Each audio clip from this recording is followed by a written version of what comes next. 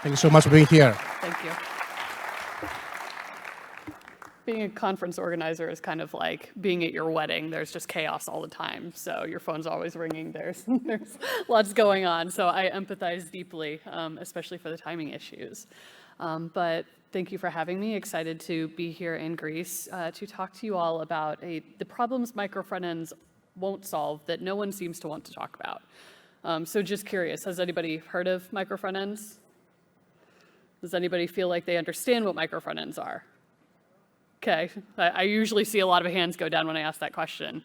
All right, so we're going to kind of talk about what micro frontends are, what problems they will solve, and then the scary stuff is what they don't do that no one wants to talk about.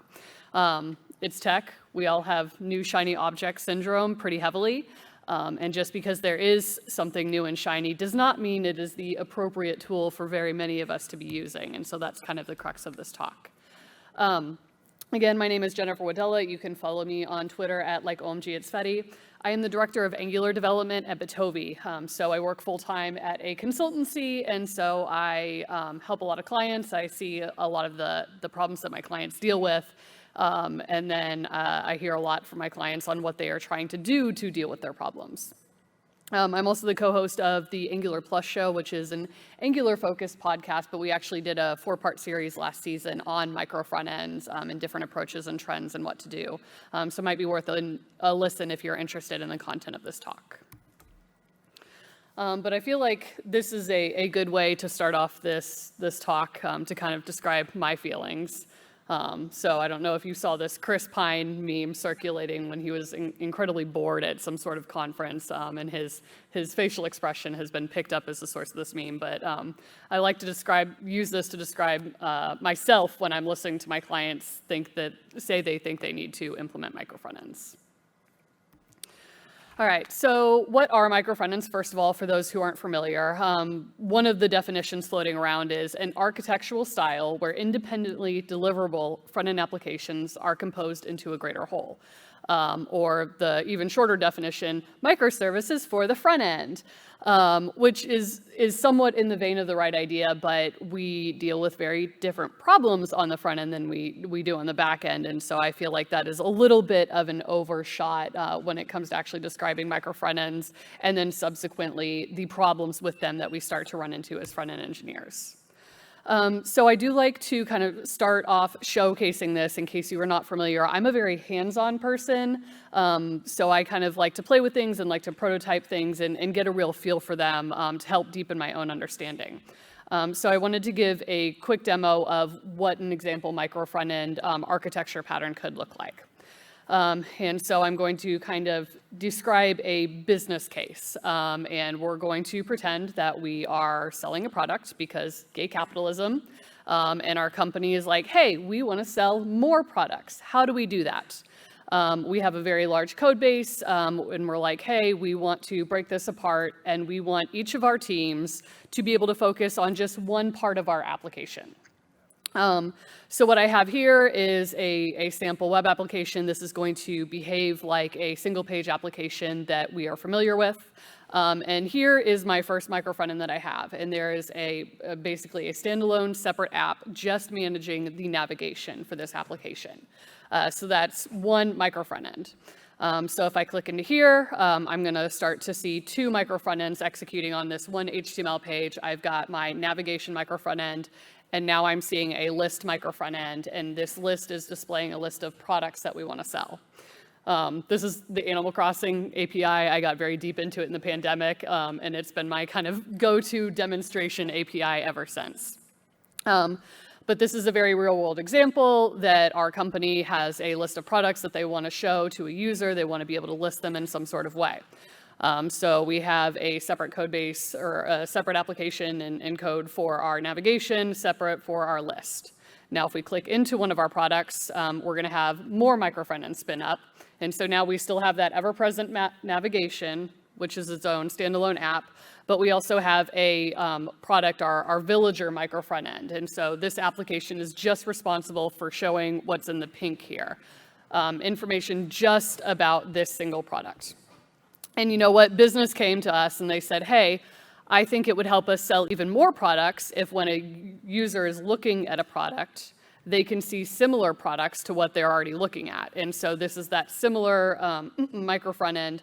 So another separate application that is running that is presenting a list of similar products to the product that is showing on the page. So a little bit about what this setup looks like here. I am using what I'm going to call a stitching framework called Single SPA. So Single SPA, I think, is a really, really great resource for those getting started in micro frontends who just want to be able to kind of play with things, glue things together very, very quickly. So regardless of your approach in dealing with micro frontends, you're going to have some semblance of what may be called a container app. It might be called a host. It may be called a root. And this is your base part of your application. And so in my index file here, this is where I am listing all of my different micro frontends and how they are being pulled in. And then one of the things that I really, really like about Single SPA is they offer this kind of templating system. Because at the end of the day with micro frontends, we're doing the same thing we always do when we're building front-end applications, which is we are taking some JavaScript and we are putting it in an index.html file, and then that JavaScript is doing stuff to make stuff appear on a page. And I feel like as front-end developers, especially if you're deep into React or Angular or Vue, sometimes we lose that core concept because what we deal with every day is so far abstracted away from the old school jQuery days of how we used to manipulate the DOM. And so micro frontends are kind of taking us back to that mindset of, all right, we are having to inject things into the DOM to display. So I like Single SPA for getting started because I can do something that feels very familiar to me as a web developer. I can set up some sort of outline with HTML elements and kind of place and style things in the way I feel like they should go. So this is the content that is creating our page structure. And then in this imports list, I have defined my different micro frontends that I showed you. We had that one for the navigation, the one for the list, the one for the actual product, the villager, and then the one to display similar villagers. So I'm listing those all out here. I'm pointing to their compiled main.js file and going on my merry way. I spend most of my time in Angular land, and so these are all separate standalone Angular apps, and so they would feel very familiar where I've got my source directory, I've got everything being compiled into my main file, and I can go about and kind of build things in the way that feels familiar to me as a Angular developer, where I'm building out my component in the way that I would expect. I'm dealing with the routing system and kind of using that to present the information that I want. So that is our brief demo of what a micro front-end architecture looks like by bringing these different applications, kind of talking about different business functionality or use cases and why we would want to bring those all together into a separate application. The goal here would be we could have independent development teams. Maybe they've got a UXer, maybe they've got a developer or a front-end developer, maybe they've got a back-end developer, and they can focus on their core application, their core feature, and all they ever do is work on shipping that. They can make changes, they can update it, they can deploy it whenever they want, regardless of what else is happening with the rest of the application that's combined with all these different micro front-ends. Sounds great in theory. We're about to knock that all down. So if you look at microfrontends.org, there are a couple core ideas behind micro frontends. Number one is to allow us to be technology agnostic.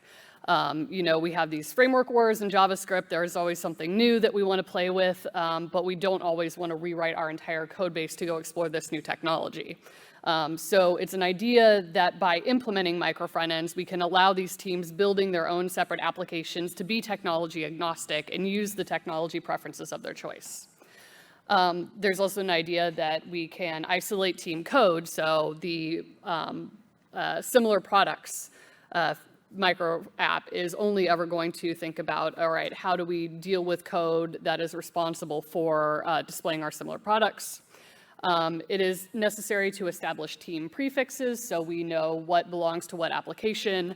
And then one of the other core ideas is to favor native browser features over custom APIs. And this is where I start to have a problem with micro frontends because most of the developers that I am interacting with on a daily basis have grown up in the day of frameworks. And so they have never manually updated the DOM just using JavaScript. They are used to the abstractions provided to them by React, by Angular, by Vue. And so when we're saying, okay, throw away this comfort that you've been given of these frameworks and move back to understanding native browser features in order to implement what you want, you're putting a huge learning curve in place that can start to be really, really problematic because it is giving somebody something new to learn and to solve an old problem that we've already solved. And one of the ways we went about solving that problem was building our frameworks like React and Angular and Vue. So there are a lot of reasons that companies are looking to adopt a micro frontend strategy. They have some problems and they think that micro frontends are going to help them solve these problems. And some of these are very, very valid problems that businesses run into, especially as we scale. They might be looking to upgrade a legacy application. They might really be having a difficulty shipping what they want in a timely manner. Like I mentioned earlier, they want to allow teams to use a preferred tech stack, and they want to embrace feature-oriented teams. And some of these are problems that micro frontends can solve. So incremental upgrades is actually a really, really great use case for micro frontends, and I'm going to refer back to Angular. So back in the day, we had Angular.js. That was the OG Angular. But once Angular 2+ came out, that requires a full application rewrite. That's not simply an upgrade. And so if you have a monolith Angular.js application, it can be overwhelming to have to rewrite that entire application.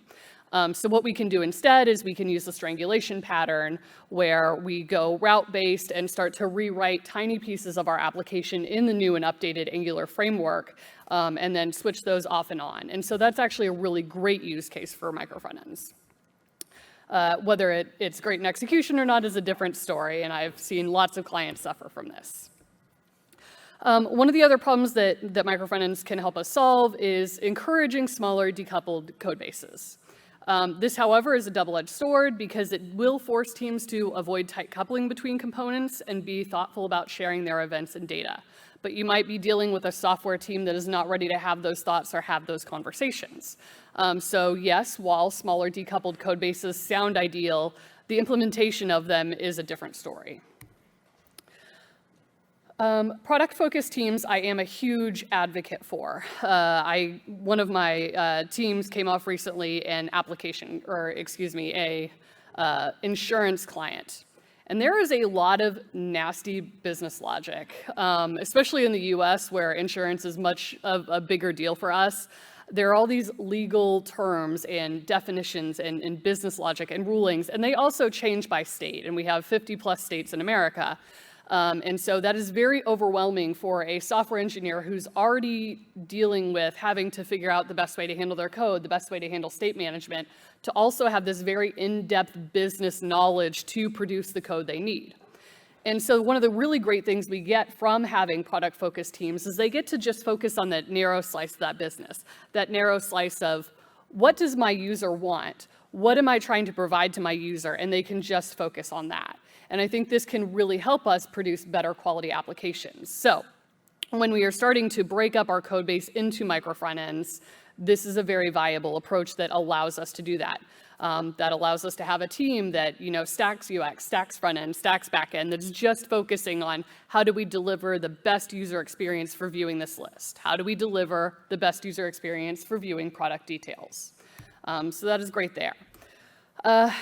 While I'm not necessarily a fan of the idea of using a million different frameworks across micro frontends, JavaScript people, we're picky. We like what we like, and we are going to go find employment getting to write what we want to write. And so sometimes, because the hiring market is so competitive, a good strategy for a company could be to employ this kind of solution, so as they hire developers, those developers are able to work in the stack they want to work in. And so there are a significant number of companies actually using micro frontends, both successfully and unsuccessfully. So I don't want this whole talk to be completely disparaging. I want to be somewhat objective in laying out, hey, This is Micro Frontends. This is why people are reaching for them. These are companies that are using Micro Frontends. But also to make you aware that they are not the shiny object that is going to solve all your problems. And there are a variety of different micro front-end approaches that people are using. Micro front-ends is actually not a new concept. We came up with a cool word for it somewhat recently, but a lot of people have been doing micro front-ends for the last decade and may not have even realized it. If you are using iframes to insert application code inside of other applications, you are using micro front-ends. So that is an approach. Server-side compilation is a different approach. One of the clients that I was working with, we had a Java application that would load in different parts of the code base based on the routes, so we could slowly bring in the new upgraded functionality. There are a lot of great stitching frameworks like SingleSpa. Again, I really recommend this to get started with because I think it is a very hands-on, approachable tool. One of the other things that is really fun to follow is module federation. So this was initially released in Webpack 4, I think testable. It's now available in Webpack 5. In Angular land, our build processes, everything revolves around Webpack, so this was a really easy opt-in for us. But module federation is framework agnostic, and so a lot of people have been reaching to that to try and implement some of their micro front-end solutions. There's also the Portals, which is a new web platform API proposal for custom elements that will enable us to kind of do this custom loading of different applications and try and solve some of the problems that we are trying to solve with micro frontends. So a lot of different approaches available in there for you to explore. And if you're like, all right, Jennifer, this sounds great. Like I'm thinking of a million use cases already at work. Micro frontends sound awesome. Let's go. I would like to say to you, slow down, you little Frankensteins. Let's not go creating monsters in our code bases. Because what I said before sounds very glamorous, sounds very utopian, but this breaks down a lot in execution, and that is what I see time and time again. And so when I'm talking to my clients about implementing micro front-ends, I strongly caution them to be aware of these things and these problems that I've seen come up over time. All right, so I want to talk through a couple scary scenarios that I've actually seen happen when people are like, yay, micro front-ends are going to solve everything, and then they start and then see some real significant problems come up. All right, so scenario number one is we have a feature team. Business is like, hey, we have this new idea. It's going to help us sell so much more product. Go build this. And so what happens is this team is focused on their priority, their mission, and they start to build out this new micro front-end. Well, they end up inadvertently replicating a lot of code that already exists. They're making repeated calls to the API because they need to focus on getting whatever they need. And then all of a sudden, this gets deployed, and the entire application performance tanks. Because we are still shipping this JavaScript to the browser.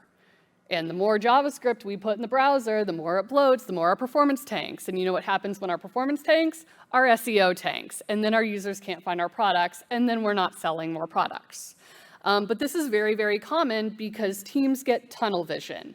They're only focused on what they're doing, and if we're not thinking about the whole application because we're just focused on our micro application, we may be doing something really, really destructive and have no awareness of it. All right, so scenario number two is we have a critical bug that gets logged over the weekend. Some code got deployed, but it caused some sort of problem. And that QA person, that bug reporter, has no idea who owns this bug. Which micro front-end created this bug? Where is this even coming from? How does the reporter know how to get this bug to the team that owns it for where it occurred? Very common problem. And, you know, this is something that a team is going to have to work through solving. Scenario number three, our UX team dreams up a brilliant new design. So we've got a micro front end. They're like, hey, we really want to give this like some pizzazz. We're going to redesign the navigation. It's going to be so much more amazing, so much more usable. So the dev team goes on their merry way. They implement this new design. But now it has a weird, different look and feel from the rest of the application. And, you know, some CEO is going to pop onto the website on their lunch break, see how dissonant the navigation is from the rest of the website, and start firing off some very angry emails of, why does this look different? Why doesn't everything look the same? But because we're in that tunnel vision place, this can very, very easily happen. All right, scenario number 4 is we have a dev team that ships a change request on the app. Their unit tests are passing, everything is fine, but this change actually breaks another application needing that dependency. Whose responsibility is it to deal with this? Because this new front end that just shipped, well, they've satisfied their requirements, they've satisfied their business needs, their unit test passed, their dedicated QA said, hey, everything works here. So who's going to handle that conflict? Scenario number 5, and here's a really fun one that I see a lot in consulting, is we have a mid-level engineer on our feature team and they encounter a weird error. Are there any Angular developers in this audience? Okay, a couple of you. If I say Zone.js, does it strike fear into your heart and you don't want to touch it and don't want anything to do with it? Okay, you're not alone. Like, a lot of senior Angular engineers will not go near Zone.js. But one of the first issues you run into with Micro Frontends in Angular are Zone.js issues, because Zone.js is responsible for our change detection. And when you have these different zones running across these different applications, you're going to run into a whole lot of nonsense. And if this is something that even a mid to senior level engineer doesn't have a lot of great knowledge around and doesn't know about debugging, how is the rest of the team going to handle that situation? So by introducing a whole bunch of different applications that are depending on their own resources and different things, you might run into unexpected bugs that are at a much higher level than you would be experienced solving just at a single application in that framework level. And so this can very, very quickly cripple teams. I actually spend a lot of time with Java developers and .NET developers that are in environments where they need to learn to write Angular code. They need to learn to write front-end code. And something like that happens, and it is a very, very, very quick way to cripple your engineering team. So hopefully this has started to tear down the enigma and the excitement about Micro Frontends and say, hey, there's a lot we actually need to think about before trying to employ this approach. So what are some problems that Micro Frontends definitely can't solve? At the end of the day, what are we really trying to do? We want to ship good, small, maintainable, clean code. But that's hard. It doesn't matter what architectural approach you take. This is something difficult. This is something that takes diligence. This is something that takes communication and process. Micro Frontends can help with small pieces of this, but they are not a silver bullet and often will fight against you when trying to ship good, small, maintainable, clean code. We are giving ourselves a whole lot of new architecture problems to solve, because when we are stepping away from using one cohesive framework, for example, one cohesive front-end application where we understand what's going on, we understand how the parts are communicating with each other, we have a state management store that is managing our state in a way that we're aware of, well, we're splitting that all apart, and now we are having to re-solve all of those different problems that have been solved already. We have to figure out cross-app communication. We communicate between components all the time, regardless of the framework that you use. And so now not only are we having to worry about that component communication within the application, but now we have applications that we need to figure out how they're going to communicate with each other. And there are a lot of different approaches, and I can't say I've stumbled across a pattern that I would tell you, this is the one that works all the time. Pretty much the answer is going to be, well, it depends for a lot of these. We now have to worry about bloat due to duplicated code. And the problem is that bloat will often be outside of our peripheral vision of what we can see in our app, because we're so focused on our micro frontend that we own that we're not considering what other micro frontends are doing and the code that they are building and the code that they might be replicating. We have to refigure out how to share common code. A lot of times you'll come across like a util library or something like that. Well, if we have this tunnel vision where every application is independently responsible for itself, we might be writing those same utility functions over and over and over again, or having to figure out what the best way is to share that code between our front-end applications.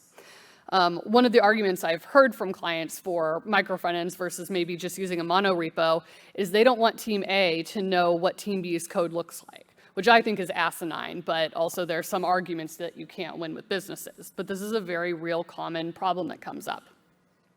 Like I mentioned before, consistent style and UX and ensuring this. I will say design systems and component libraries are something that pair delightfully well with micro frontends. But that in and of itself is a whole implementation concern. Deployment automation. I see so many teams that can barely deploy one app. What happens when you are trying to deploy 10? What happens when one of those 10 goes wrong? What happens when something is delayed or breaking? So we are having to not only solve deployment automation at one level, we are having to solve it. We are having to solve it at n many levels of however many micro frontends that we have. Code quality maintenance is also a really big deal. I have a client right now where we are spread across multiple of their different pods. And even within a same company not building micro frontends, simply getting everybody executing on the same quality code with this autonomous team structure is really, really difficult. Like I mentioned before, if we have breaking changes between applications, how are we going to deal with that? How are we going to solve that? And this is a really, really fun one that we never even think about anymore. With our modern applications, if I create a component in Angular and I no longer need that component, the framework takes care of that for me. I don't think about what it's like to remove that from the DOM. I don't think about what it's like to clean up my event listeners. Well, as long as I'm unsubscribing from any observables in there, I'm fine. But this is something that we now have to think about because as we're injecting these applications into the DOM, are we tearing them down properly? Are we inadvertently creating memory leaks? And so this is something that somebody who has never had to solve this problem before now has to think about. And testing. Where does our breakdown lie? Unit testing, easy enough, right? We test our code, we test the functionality. But end-to-end testing, whose responsibility is what? If my micro front end relies on a logged in API, do I need to test that whole process, or do I just start where somebody comes into my part of the micro front end? These are discussions and problems that you're going to need to solve internally. All right, so can we adopt micro front ends and profit? Maybe. So I do want to give you a couple takeaways, a couple strategies. So this is something you've already implemented. This is something you are looking to implement. There are ways you can do this, hopefully successfully. And they might not be what you think because they are not very tied to code. Number one, communication. Communication is the biggest breakdown I see for teams that are trying to implement micro frontends because they simply don't talk to each other. So one of the great ways to start, if you are going to have dependent micro frontends that depend on each other or communicate with each other, you might want to consider adopting consumer-driven contracts. So this is just like a contract. You are going to do this for me. You are going to do this for me. If you do this for me, I will do this for you. And so having that documented and understanding and drawing those boundaries around how your micro frontend should be behaving is really, really important. One of the other things I cannot recommend enough is there still needs to be collaboration across these micro front-end verticals. People need to talk. They can't just stay in tunnel vision. And technical leadership is really, really key for this. One of the best phrases I've heard recently is a technical shepherd. This isn't necessarily an engineering manager. This isn't necessarily somebody with a specific title. This is a shepherd. It is their responsibility to keep the flock together.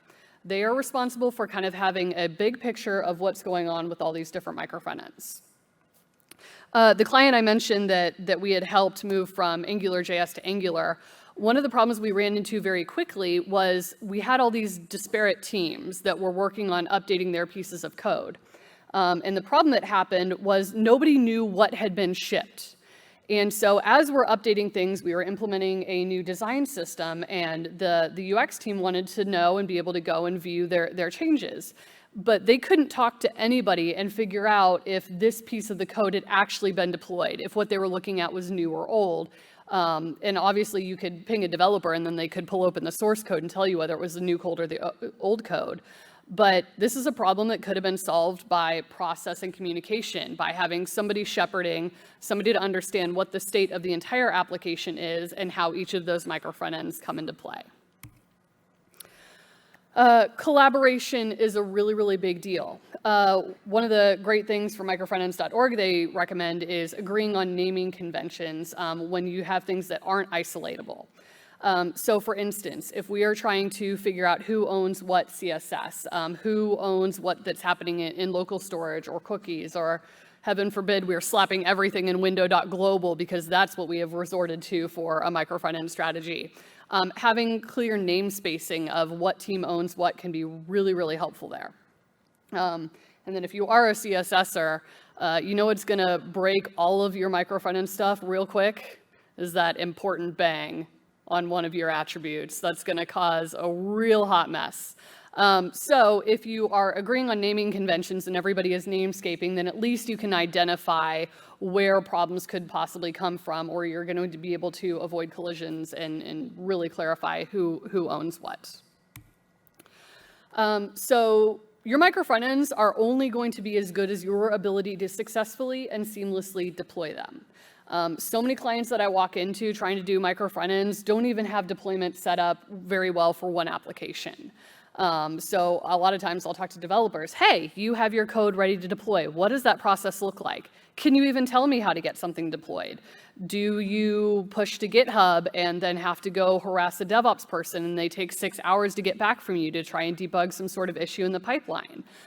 So again, if you have one application suffering from those problems, now you're going to have N applications suffering from those problems with micro front ends. They will need to be deployed independently. They will need to be deployed to different locations.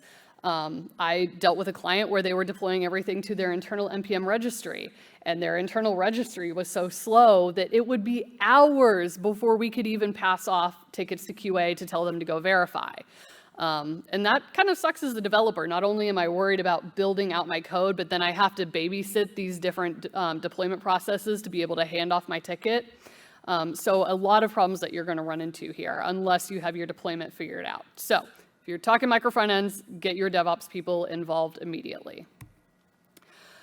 Documentation. Nobody likes writing documentation. We know this, but this is crucial for adopting micro front ends. Because this is the reality, is I described a very ideal picture, right? Where we have a feature team, we have a feature team, we have a feature team. Well, in reality, how this happens at companies is they'll have a feature, they'll build the feature satisfies something, and then there's no more work to do. And so that team will get dispersed into another team, and then they'll start working with a new micro front end. And so in order to get onboarded here, documentation is really, really key. We want to document what our code styles are. What are our dependencies? What are things that these new developers coming onto this micro front end are going to need to know about or learn about? How are they going to deploy things? So the more documentation we can have per our micro front end, the better.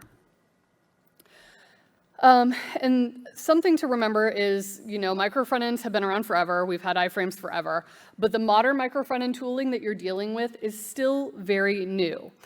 It's really, really exciting. There's a lot of conversations around these problems and how we can solve them better. But the tooling is still very young. So Single SPA, for an example, is a great, great, great open source project.